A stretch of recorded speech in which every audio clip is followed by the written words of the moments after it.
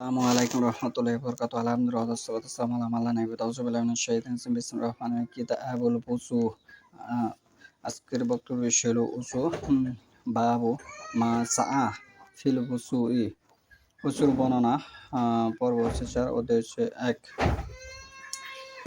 يا أيها الذين آمنوا إذا قمتم إلى الصلاة فاغسلوا وجوهكم وأيديكم إلى المرافق وامسحوا برؤوسكم وأرجلكم إلى الكعبين وإن كنتم جنبا فاطهروا وإن كنتم مرضى أو على سفر أو سعى أحد منكم من الغائط أو لامستم النساء فلم تجدوا ماء فتيمموا صعيدا طيبا فامسحوا بوجوهكم وأيديكم منه ما يريد الله ليجعل عليكم من حرج ولكن يريد ليطهركم وليتم نعمته عليكم لعلكم تشكرون।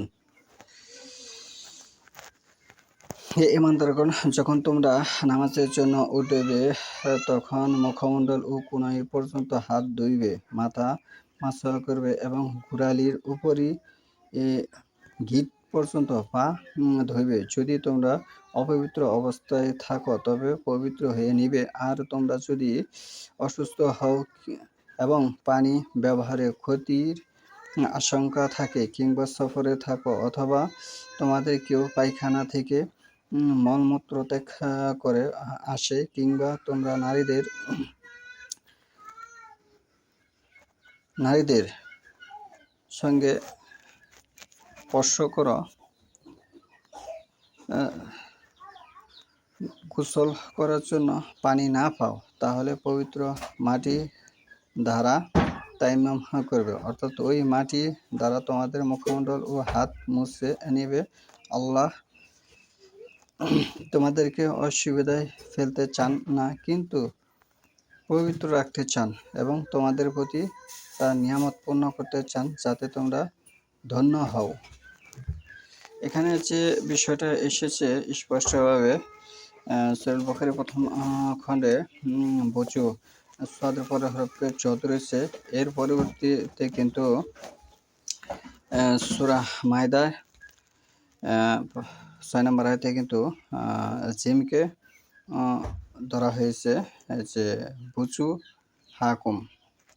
তাই জিম দিয়ে বুজু হাকুম বোঝানো হয়েছে, হাদিসেও বুজু হাকুম বোঝানো হয়েছে। সেখানেও প্রথম অক্ষর ওয়াও ব্যবহার হয়েছে, ওয়ার উপরে পেজ দিয়ে বহু ধরছে এবং জিমের পরবর্তী টেমে যেমন বি আই বাই, সেখানে সোয়াদের পরে হরফ জদকে জিম হিসেবে ব্যবহার করেছে,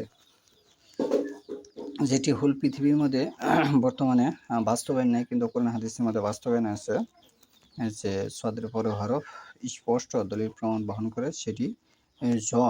যেখানে এখানেও এই কোরআন আজ থেকে 1400 বছর আগে লেখা হয়েছে, যেখানে কোনো জাল জয়ীফ কোনো কথাবার্তি নেই, সেখানে কিন্তু বুজু হাকুম বোঝানো হয়েছে জিম দিয়ে। আর হাদিসে এসেছে বুজু হাকুম সদের পরে হরফ জদ দিয়ে, যেটা হুল পৃথিবীর মানুষ দোয়াত ধরে গাইরিল মাগদুবি আলাইহিম দল্লিন পড়তেছে, সেটি আদৌ সঠিক নয়।